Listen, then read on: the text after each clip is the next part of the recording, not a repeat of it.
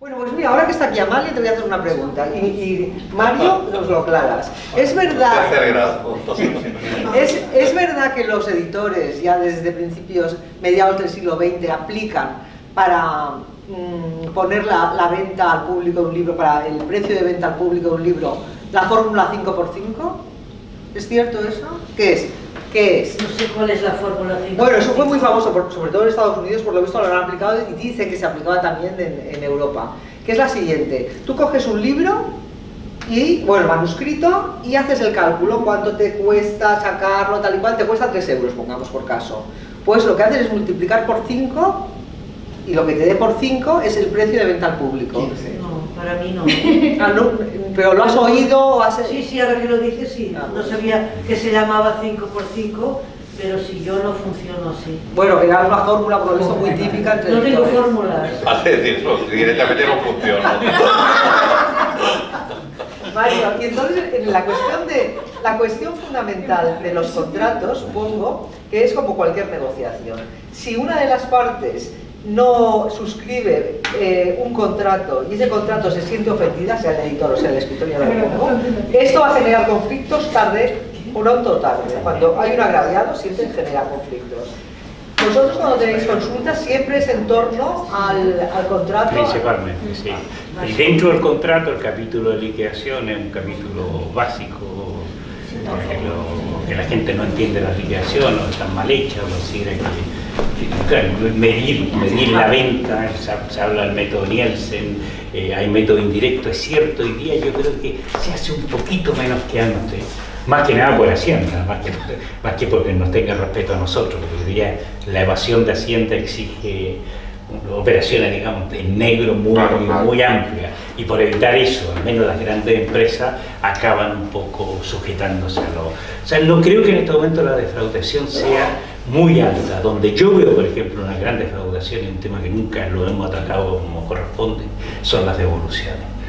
Entonces nos movemos con las devoluciones, lo que decías tú, me llegan las liquidaciones, empiezan a subir, yo estoy contento, el próximo año ya cobro, estoy a punto de llegar, y cuando está a punto te llega la siguiente negativa porque han devuelto, exacto, y al final no llegan nunca. Y no es que no exista el problema de las devoluciones, el problema es muy simple, que la gran mentira, que lo he discutido con los editores y no han sabido darme explicación, que es que ellos están colando como devoluciones ventas que no se han hecho. ¿Me explico? Si realmente tú me has pagado derechos por este libro y después te lo devuelven, sí, pero yo Mario, entendería sí, que me pidieran que te devolviera eso, pero eso no ocurre, ¿no? Pero es un negocio. Perdón, segundo, ¿qué quiere decir ventas que no se han hecho? Muy simple. Una devolución es una venta que no se ha hecho. Sí, pero resulta que en teoría tú ya me has pagado, suponte, haces una tirada de 3.000 ejemplares. Si fuera la fórmula que dicen ellos, que ellos ya han pagado eso para devolverlo, resulta que mucha gente estaría feliz, ya con la primera liquidación habrían pagado todo, y no es cierto.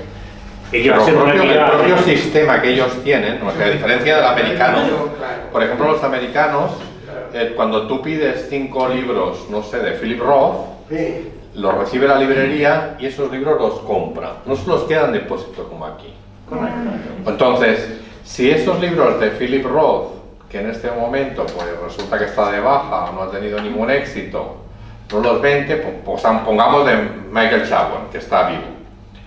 Entonces, cuando saca el siguiente libro Michael Chabon, la librería que tiene no es de depósito, sino esos libros en propiedad en el almacén, pues si el libro nuevo vale $15, pues te dice, si te compras estos otros libros de él, por $30 te damos 4.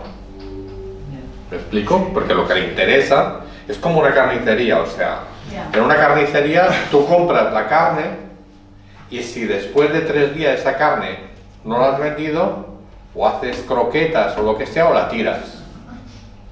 Pero no se la puedes devolver al ganadero y decirle, mira, esta carne no la ha vendido, como pasa con los libros. Y entonces lo que pasa es que estás recibiendo cada año liquidaciones negativas de los libros que han colocado, sí, porque no se compromete nadie. Pero David, la respuesta que yo no tengo es muy simple. Digo, si yo ya te he pagado esos libros, me parece muy bien que los descuente y te pida que me... Eso no es cierto. Porque si a ti te pagara todos los libros que distribuyo, si la tirada son 3.000, tu primera liquidación aparecería 3.000 libros vendidos. No. Lo que dice, y porque, claro, pero con que se quedan en depósito, te los pueden estar devolviendo. Pero no te lo han pagado. No. Si realmente el concepto de devolución funcionara como te lo explican, me parece muy bien. O sea, si resulta que tú me has pagado un libro que después lo tienes que devolver, me parece estupendo. No es cierto, no es cierto. A mí no me has pagado los 3.000 libros que tiraste. No se pueden generar devoluciones sobre depósitos. Claro, entonces el engaño no está en que no hayan devoluciones. Yo entiendo que uno de los grandes problemas de la editorial son las devoluciones. Pero la parte que a mí no me cuadra en absoluto es la manera que utilizan las devoluciones con los autores. No Sí. cuadra, no cuadra. Bueno, esto, por ejemplo, en la última conferencia que hizo Lara Bosch, José Manuel Lara Bosch, que el presidente y el que convirtió la editorial Planeta en un trust, que la hizo en el Círculo de Economía, hablaba que decía, nosotros no siempre que publicamos todos estos libros de poesía, todos estos libros de ensayo, todos estos libros clásicos, cuando los libreros nos piden estos 3 autores. Y siempre hay una demanda de estos 3 autores. Quizás si focalizásemos el negocio sobre lo que vendemos, no perderíamos tanto tiempo dando vueltas con los transportistas, dejando libros en depósito que no funcionan. Pero claro, entonces la creatividad se iría a la mierda directamente. O sea que realmente autores, por algún comentario que habéis hecho antes, que funcionen, hay muy pocos. Muy pocos. Ni Zanón. Ni Zanón. Ni Zanón. Y eso que tiene mucha proyección mediática. Bueno, pero sí. quizás a lo mejor el planteamiento es... Porque tú lees El País. Bueno, el país y otros, no solamente el país. Pero que la cuestión es que quizás, los editores, en realidad ellos ejercen, es un comercio otro cualquiera, el comercio de los libros. ¿Sí o no? Es un comercio muy raro. Es un comercio. Es un comercio, Es un sí, comercio. es un comercio. Luego le puedes poner todas las florituras, pero es un comercio. Porque si un libro no vende, pues se lo sacan de encima y no te van a pagar, y esto no van a estar altruistamente con el librito llevando, no, lo apartan y punto y Pero pelota. esto genera unos gastos. A lo que me refiero es que, Sí. o sea, vayamos a darle el marco real de lo que son las editoriales. Es un tipo de comercio que vende libros, que vende objetos culturales, pero... Podríamos sí. matizar mal y decir que es un tipo de negocios que no vende libros. Bueno, o que venden muy pocos, Sí. Quizás los que quieren escribir o sea, eso no coarta la creatividad, porque ahora hay medios suficientes para que un autor publique sin editores y sin agentes. Eso llegamos al debate que teníamos tú y yo cuando íbamos a Exactamente. dar vueltas por los Mira, pues ministerios. he hecho una prueba ahora lo voy a explicar ya que estamos en Petit Comité. He hecho una prueba, lástima que no. He tenido que ir a hacer una cosa y no me lo he traído de casa. He hecho una prueba con Amazon. Yo tenía publicadas cosas en Amazon en ebook. Y ahora tienen la posibilidad de hacerlo en tapa blanda y distribuirlo por todo el mundo. Bueno, pues la cosa es que te tienes que poner una tarde o dos y maquetarlo, porque ellos tienen sus manuales, pero lo maquetas tú. Yeah. Y de la maquetación, la portada la pones tú, todo. Queda perfecto, ha quedado divino. Pues ese librito que ha quedado divino me llega de una población de Estados Unidos, Massachusetts, me llega 15 días más tarde de que yo lo hubiera subido y lo hubiera maquetado. Pedí 3 ejemplares de prueba, digo, a ver cómo ha salido. ¿Sabéis cuánto me ha costado esto? 12 euros, con el envío. 12 euros por libro. No. La operación. Los 3 libros. Y están fantásticos, el próximo día, o sea, fantásticos. Lógicamente no es el libro de Cornado preciosísimo de Jacques Allen, no lo es. Pero es un libro que, porque yo misma tardé muy poco en la maquetación. Pero si tú te dedicas a lo mejor 3 días a maquetarlo bien, te sale fantástico. Mira, perdona que difiera, déjame un No, yo te segundito, digo. perdona que difiera Le digo el de coste. la teoría esta que ahora se está moviendo por ahí, de que no es necesario un editor. A ver, yo soy No, una editora necesario es, pequeña sí. y atípica. Sí. Esto sí, pero bueno, en líneas generales. Esta historia que se está moviendo, sí, como tú dices, Sí. esto está a la orden del día, no es necesario un editor. Un editor es necesario. Para empezar, te está leyendo un manuscrito que tú has escrito, con lo cual tú no eres objetivo y estás enfrentando tu manuscrito a una persona externa que te diga realmente si esto es publicable. Que puede serlo o no puede serlo. Claro, sí. O sea, para ti, como autor, siempre es publicable. Porque yo soy el autor, hombre, lo vendo y tal. hay espíritu crítico también en la gente. No, bueno, en general no. O sea, no hablo de ti, hablo en general. O sea, uno puede ser que se considere cojonudo, ha escrito un libro, yo lo subo a Amazon y lo vendo. Bueno, vale. En segundo lugar, hacemos una cosa que se llama editing. Entonces, esto el autor no se lo hace. O sea, lo hace un editor que tiene una experiencia y pone el libro de manera publicable. Luego hay un maquetador profesional que te maqueta el libro en condiciones. Yo no digo que tú no lo hicieras bien. No lo he hecho bien. O sea, lo has hecho en Word seguramente, ¿eh? En Word. No, otro programa que tienen ellos. Bueno, es igual, X. Sí. Hay un maquetador profesional. O sea, hay un corrector. Si todo eso estoy de acuerdo.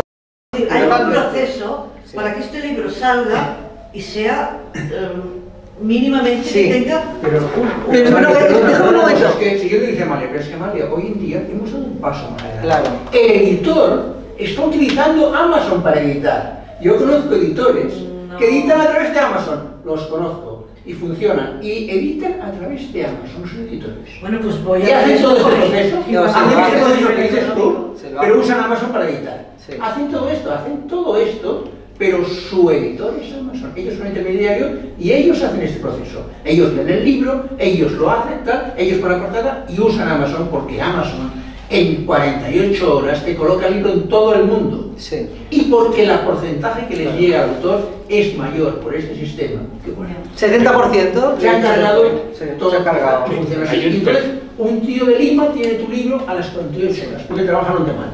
Perdona, en esto hay una cosa que me preocupa, porque llega cada vez más a la consulta, que es, yo diría que enciende una estafa pero brutal a través de la autoedición y sobre todo la coedición. ¿Ya? O sea, aparte que estoy de acuerdo. No, esto no es Sí, sí. autoedición, esto es un editor, no es autoedición. Esto, No. Tú tienes un editor. No, sí, Sí, pero porque puede forma subir parte de eso, cualquiera, forma sí. parte de lo que dice. ¿Pero qué dices? ¿Qué tipo de estafa dices? Por ejemplo, A ver. la autoedición tiene las limitaciones de que no tienes editor y yo sigo creyendo que a lo mejor necesita un editor nuevo, distinto, otro Eso sí. tipo, todo lo que quieras, sí. pero yo estoy de acuerdo en que por desgracia no, aquellos que creían que el eslabón de la cadena del editor había desaparecido, yo no lo creo. Porque el gran problema, por ejemplo, de la distribución solo te lo puede hacer un editor, ¿ya? Y es un problema que incluso me preocupan los contratos de cómo nosotros firmamos tranquilamente y te dicen la distribución. Te hacen una tirada que ni siquiera alcanza para distribuirla en los sitios a los que se comprometen. Si yo saco 500 ejemplares, que ya de antemano estoy renunciando a la distribución. Mario, no hay tirada ya. No hay tirada, Mario, ya no hay tirada. No, ahora el editor esa es la utiliza a Amazon como impresor y a Amazon como distribuidor. Bueno, ya no hay tirada. Acabo, digamos, sobre todo con la Bueno, coedición. a ver. Hay una serie de propuestas por ahí, empresas cada día, algunas hasta grandes en este minuto. Hay una sevillana que Círculo funciona. Rojo. Círculo, Expuesta Seller, hay muchas, y que van entrando en el mercado y entonces te ofrecen la coedición. Es alucinante, de verdad, es una estafa, pero de trigo. Es que la coedición es un engaño. Pues es lo que te digo. estoy diciendo, por eso que te digo de que hay que tener cuidado con todas estas fórmulas nuevas, novedosas, Sí, y en el estará en fondo, Corte Inglés. porque resulta de que tú pones la mitad, yo soy el editor, pongo la mitad que es mentira y tú pones la otra mitad. Pero la mitad que pone el autor Es la que el sirve total, para imprimir, es el cubre total, todo, es el total todo, que cubre absolutamente los gastos todo. generales. Tú sabes, ya encima lo más grave de todo es que cuando la cosa pasa a mayores, se topan con el pesado del abogado y no te puedo defender. Te lo comas, ¿no? Porque esto no es propiedad intelectual. La coedición no es un contrato de edición. Un contrato de edición, la exigencia principal es que el editor corra con los riesgos de la operación. Claro. Si yo estoy financiando, soy un colega, soy un socio, sé cualquier cosa, pero no soy un autor. Eso parece una cosa elemental, pero es que es claro. Entonces al final, encima de la estafa, que si yo tuviera que reclamar eso, me tendría que ir a un juzgado penal o civil, o sea, no podría reclamarlo como propiedad intelectual porque tú dejaste de ser autor, eres coeditor. Exacto. ¿Ya? Aquí la cuestión es que yo creo que estamos en un momento de transición como en otro tipo de ámbitos también culturales. Estamos en un momento de transición que probablemente dentro de 10 o 15 años, si antes no nos ha caído el meteorito, el misil, lo que sea, seguramente habrá otra manera de leer los libros, bueno, con otros soportes, seguramente el de internet, pero el libro físico va a quedar como un residuo. Quedará como un residuo, porque, entre otras cosas, Amalia, tú imagínate que, bueno, no sé cuántos editores hay, cuántos autores tienes en tu editorial, muchos, ¿cuántos? ¿100 o 200? Pero lo de Amalia es una editorial de poesía para amigos, no estamos hablando como de una editora. Bueno, es igual, pero sirve porque es editora. Pero tengo la otra, la de Parnas, o sea, yo tengo dos líneas editoriales. Pero a ver, una de poesía, que es la que dices tú, y otra de autores nuevos. Pero a ver, Amalia, cuando te llegan los manuscritos de gente que tú no conoces, esos manuscritos pasarán por algún lector. Por mí, porque me gusta por saber, ti misma. Claro, me gusta saber. ¿Y es tu criterio? Entre manos. Vale, ¿y es tu criterio? Es mi criterio en primera instancia. Luego lo paso a otra. Hay dos personas que me ayudan, me asesoran un vale. poco. Entonces, en el momento que tú dices, sí, me interesa publicar tal libro de fulanita, llamas a fulanita y le ofreces un modelo de contrato. Un concert de jazz que n'hi ha. Un modelo de contrato. El de la CEC, el que tiene, tenemos colgados en la CEC, en los modelos de contrato. Sí, es que los bajé de ahí. Vale. Es decir, me bajé los y entonces una cosa que quiero saber de estos autores es, ¿ellos ponen algún tipo de objeción al contrato que les ofreces? No, generalmente hacen preguntas, ¿y esto qué quiere decir? No. Lo firman no, objeciones. Perquè tu com fas un d'aquells contractes de lletra petita de 15 fotos. No, es de la CEC, o sea, yo bajé los contratos de la web de la CEC y ahí... No dicen nada, los autores no dicen nada porque lo que quieren es satisfacer su ego. Y se acabó. Están mentalizados, que firman por la cosa. Es que esa es la cosa. Bueno, la prueba es hoy. La prueba es hoy, que en una asociación de escritores no venga nadie. Bueno, sois vosotros porque ha dado la casualidad. O sea, y perdona lo que dices tú, fíjate que hay una constatación después de muchos años, no sé cuántos años ya hemos metido en esto, y una pequeña diferencia del traductor con el autor, que el autor como que tiene oscilaciones brutales, pero la precariedad a veces del autor es mayor que la del traductor. Me explico, no sé, el traductor no, porque hablaban antes de aquello del traductor y cada día peor. El traductor con todo hoy día, llamémoslo, no hablo de la parte creativa, es un oficio que a lo mejor... Es un oficio de negros, pero es un oficio. De negro, de pobre, o lo que tú quieras, pero yo veo hoy día incluso la gente joven, toda con una preparación excelente, son todos han estudiado interpretación, han estudiado traducción y van tirando pero dentro de una línea más clara. No veo esta precariedad, por ejemplo, no se me ocurriría un traductor que vaya a hacer una coedición, entre comillas, no, ellos con una obra de encargo trabajan, digamos, en condiciones de relativa pobreza. Lo cobran y luego si el editor publica o no publica es cuestión de... Yo recuerdo que Francesc Passarisas iba a buscar traducciones.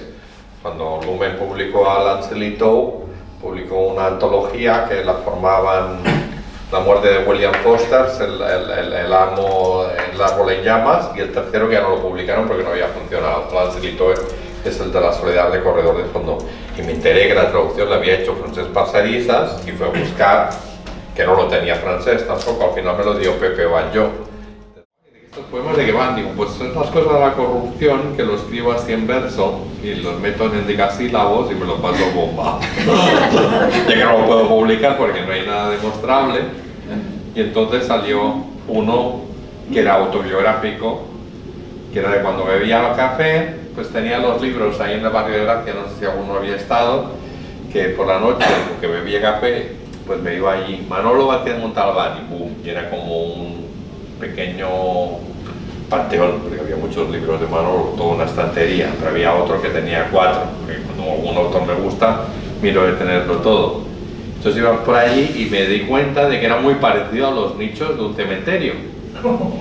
Y entonces hubo un momento que les escribí este poema, contrato de edición, porque todos eran tíos de estos muy egregios, las generaciones anteriores. Cuando llegué a CEC, precisamente todavía había tíos de esos, de una clase media alta. No era eso que era ahí, la clase alta, y todo el resto es proletariado chungo, ¿no? Pero si no, Mario, te lo enviaré. Bueno, pues envíalo, hombre. Espera, no, dejadme una última oportunidad. Y acaba con lo de Cavafis también después, ¿no? No, porque Cavafis ya lo hemos hecho allí. Ah, bueno. Mira, esto todavía no, en el baile 22 todas las profesiones están representadas. Está sacando brillo al móvil. Sí, es más pesado. Sí, pero bueno, lo voy a pillar, Camil, piensa tú, era un libro que yo creí mucho. El editor se gastó 10.000 euros por sacarlo de la clandestinidad. Yo dije, no, me tengo que ganar la vida en la calle y si publico esto, los editores no querrán saber nada de mí. Bueno, dice así. Mira, Pilar, a ver qué te parece. Siempre habla Pilar, castigada. Jo crec que te parece, no leo en català. Depriments contractes de lletra petita i infinitat de condicions adverses. L'editor sempre sembla fer el favor de publicar-te i els teus poemes no poden envellir a les carpetes, com si l'últim escull abans dels lectors fos un acte de contricció, la prova més dura, avançada del silenci que és o serà, que més tard o més d'hora s'imposarà. La biblioteca és plena de poetes morts, els que van morir joves i els que van obtenir els jurers. Em pregunto, i sé que teníem gustos compartits, si els acompanyen aquí a casa meva aquests discos de jazz que tant escolto, els desesperats rockers suïcides o les majestuoses sinfonies dels clàssics. En un dels calaixos conservo cartes i fotografies de molts d'aquests poetes, somrients, platòrics o plens de queixes. Tant se val, cadascú amb el seu estil, fòbies i ambicions. En un altre calaix, els vells contractes esgrogueïts i desmoralitzadors encara no han caducat. Difereixen gaire de l'esclavitud.